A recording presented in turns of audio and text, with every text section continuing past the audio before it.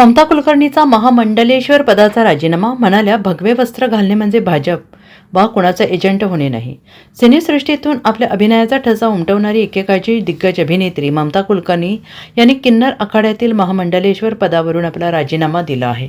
महाकुंभ मेळाव्याच्या पार्श्वभूमीवर ममता यांनी राजीनामा दिल्याने महामंडलेश्वर आखाड्यात आणि सिनेसृष्टीतही याची चर्चा रंगली आहे.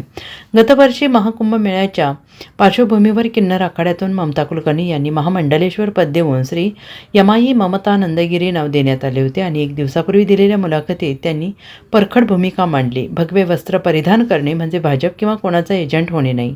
लवकरच मी भगवे वस्त्र काढून टाकेन, असं ममता कुलकर्णी यांनी म्हटलेलं आहे.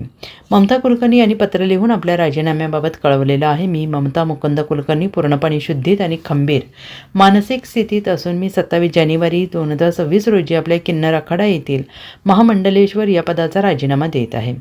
डॉक्टर आचार्य लक्ष्मीनारायण त्रिपाठी यांच्याबद्दल माझी कोणतीही तक्रार नाही. त्यांनी दिलेल्या सन्मानाबद्दल मी त्यांचे मनापासून आभार मानते.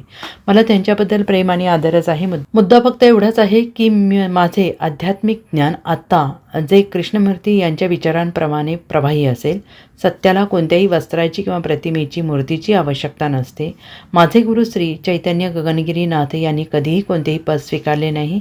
मी 25 वर्ष आध्यात्मिक जीवन जगले. अंतर्मुख होऊन माझा सराव जसा पूर्वी सुरू होता तसा तो आताही सुरू राहील.